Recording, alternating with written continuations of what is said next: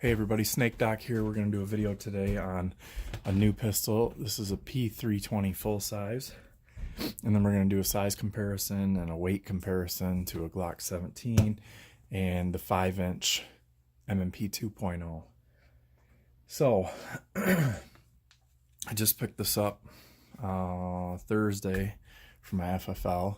And this is one of the certified pre-owned P320 40 Smith & Wesson full size that are available out there right now from a lot of different retailers for excellent prices.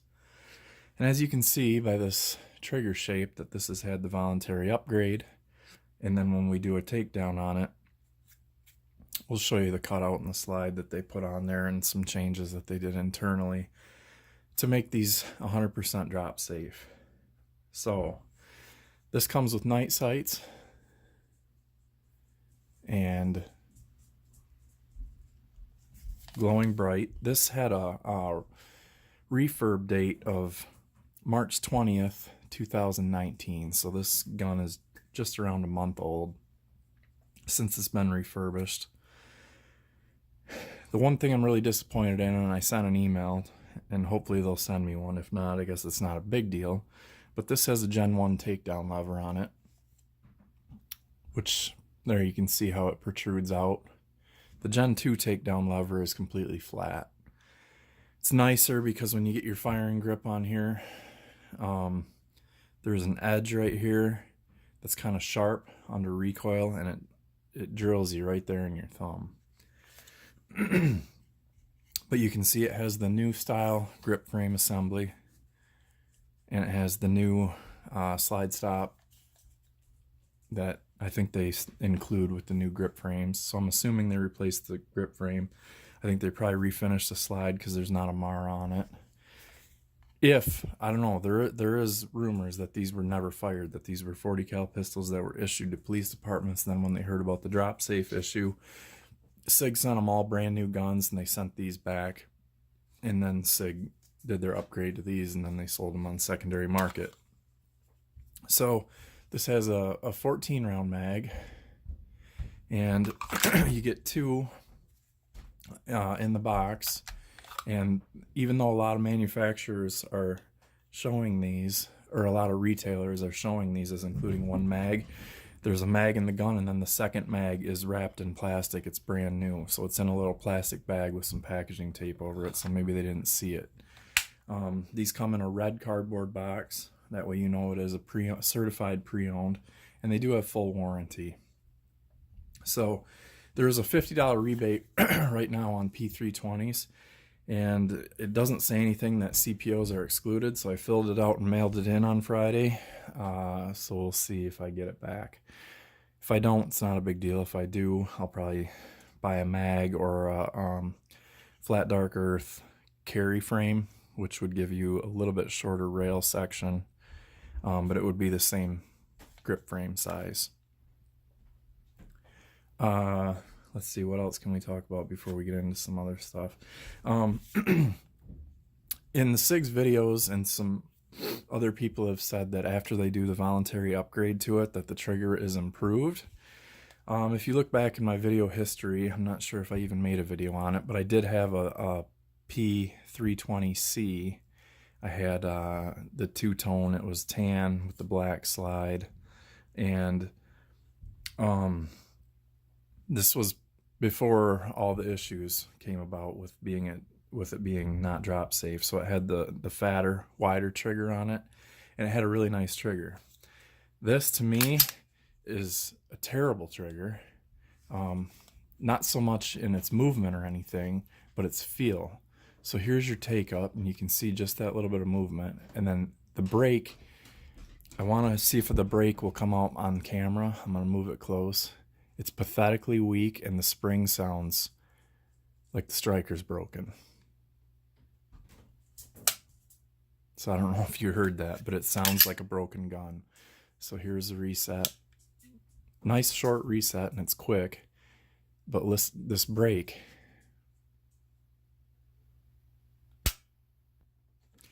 So what I did, I was like, man, it sounds like the firing pin's broken in this thing. I better check it out.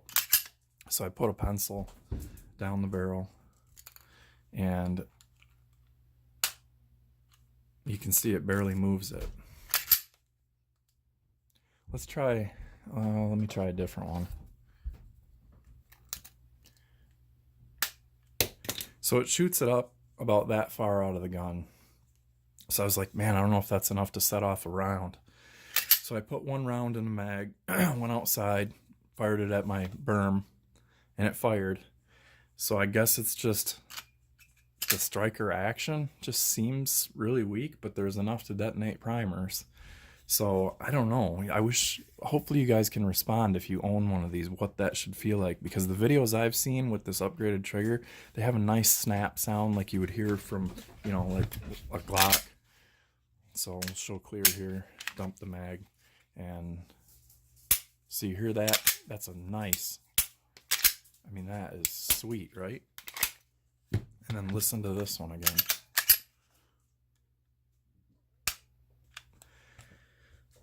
I can't even tell you what it feels like, but it's not good. So I'm really displeased with that. So I might give a call to customer service and ask them about it. So anyhow, I guess let's move forward and talk about some accessories maybe. So this is the P320 320 holsters that they were including with the guns for a while. You can see it says P250 full size, 250 compact. And you can get these for like $6 shipped if you're good at looking around. So I grabbed one of these because they say a lot of guns fit in them, and you know it's a perfect fit for this. So it has a retention adjustment screw here. Basically it pinches the trigger guard together to give you some retention. I have it really loose right now. I want to show that you can in fact get a Glock in there, and the M&P will fit in there as well. So this would be like they call them like the universal gun bucket. So if you wanted just something cheap for the range, I would not advise carrying with that, but if you wanted something cheap at the range, that would work. So let's move on to my favorite holster that I feature in most of my videos. This is the Safariland 578 GLS with the grip lock system lock, and I will show, I haven't tried this yet, so you can see the 320 is not going to fit in that, which is funny because I think my P320 compact did, so it might be something to do with the rail. Let's see if we can look down and find out why. You know what? I think it might work if I loosen that up some more, because what that does, you see that thing that's sticking up right, let's see if I can get my hand down there, right there, that is adjusted with that. So let's show that the M&P fits in there just fine, and Glock fits in there just fine. So it might work, it might not. Let's go on to a size here and show. They say that this has a 4.7-inch barrel and this has a 5-inch barrel. So let's see how that, if we line up our chamber areas, you can see that there is definitely about a 3/10 of an inch difference there in barrel length. And then if we go the back of the slides, if we line those up perfectly, then there's a little bit more. And then if you have a Gen 1, it would have the beaver tail back here, and they would be more similar. But this, look at the difference in the bore axis there. Is that crazy or what? And for those of you that don't know, the reason why that is because this was the P250, which is a hammer-fired gun, and it had this whole area right here would have been the hammer. So you need that hammer to articulate, and that's why that bore axis is so much higher on this 320 than it needs to be. If you got rid of all this right here, you'd be able to bring that tang, or beaver tail, if you will, to right there, and then you would have that nice, be more like this, where you can get right up next to the slide. The slide's gonna ride just above your hand, as opposed to this, where it's riding way above your hand. So, but actually, I mean, it's so ergonomic and it's so well sprung that you really don't feel too much of that action going on. So let's compare it to the Glock 17, and if we line up our chambers, you can see that there is barely a difference there, even though this is a 4.49 inch barrel, or 4.5, and this is a 4.7. That looks closer than, I guess there's your 0.2 of an inch difference. So when we hold them like this and compare overall slide length, the slides are identical in length, and mine has the grip force adapter on it, so they'll be very similar in overall. Let's put them down against that here. There you can see very, very slight difference there. Mine is chopped to a 19 length, so you're not going to see, but if you look at the mag height, it would be identical. Let's do that with the M&P. The M&P is a 17 round 9mm, which this would be if this was a 9mm, and you can see that the SIG is just a hair longer than the M&P is. The M&P trigger has a hinge for the safety, puts that away into the frame, and then you can make your trigger pull. It's a nice trigger on these 2.0s. I just hate that trigger shape. Really nice trigger, really nice reset, much better than the Gen 1. And then the Glock, which we already showed, scissor style safety, goes away. There's your take up, snap, awesome. Short little quick little reset, and you're back firing again. Everybody wants to hate them, but they just work, and they're super simple to work on. I love it. I won't ever get rid of this one. Let's put them on the scale now, empty, and show a weight difference. Of course, this one will be slightly different, but probably not much. I would guess that little bit of plastic I removed is less than 1/4 ounce, and I have a grip force adapter on there, so it's probably negligible, the difference.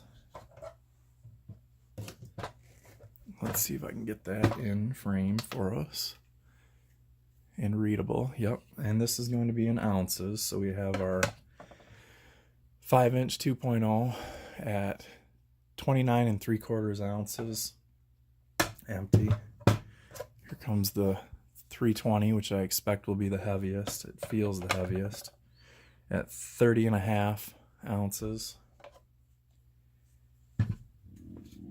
And then our Glock, which should be the lightest, and it is, at 25 1/8.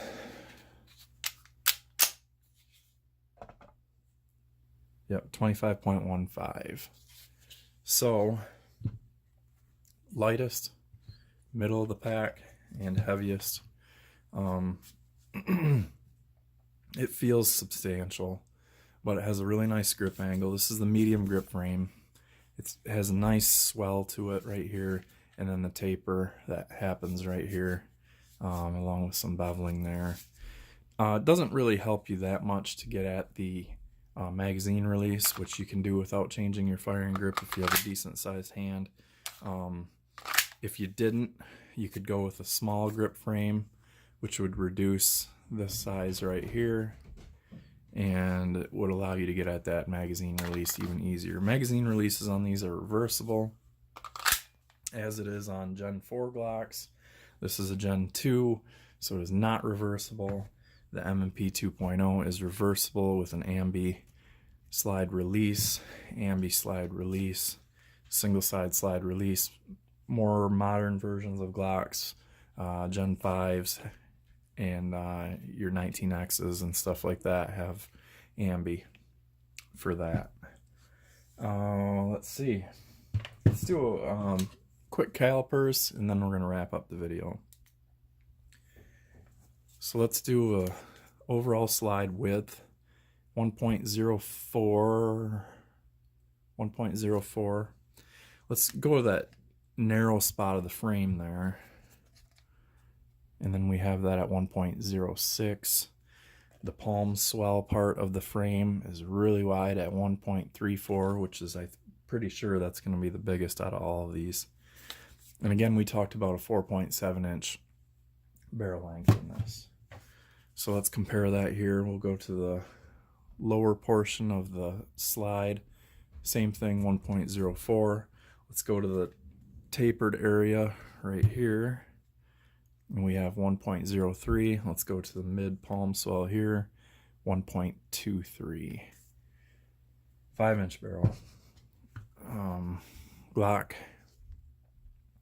slide width at 1 inch, 0.99 or 1 inch. We have it at 1 inch. Keeps flipping back and forth here. Let's see. Should be right at 1. Glock really, the Gen 2s don't really have the tapering right here. I think Gen 3s did. 1.17 we have for our grip width there, which is going to be consistent all the way down. So 1.17, 1.18. There we go. 4.49 inch barrel. So those are your duty size pistols, if you will, in the polymer frame, striker fired. Those are like your big three. You could probably put Springfield XDs in there, and maybe HKVP9 or a PPQ 5-inch. I have a PPQ, but it's 4-inch. You can watch my video on that. I'm pretty sure I did measurements on that one as well if you want to compare it. PPQ and the VP9 will be very similar. So I hope you guys learned something. Again, not pleased at all with this trigger. I don't know. I mean, it works. It's just that funky feel and sound. Maybe it won't matter if I do a full mag and go out and do some shooting with it to see. Maybe it won't matter. But this is extremely disappointing. I mean, it feels like something's broken up in there. I know it's working, but it's piss poor spring feel. I mean, piss poor. So let me know if it should feel like that. If you guys have these and you're not a fanboy that's going to say I'm nuts, give me an honest opinion of if it should feel that way or not. And then I'll update the video when I hear back from SIG about if they're going to send me the updated takedown lever. So thanks for watching, guys. Always shoot safe.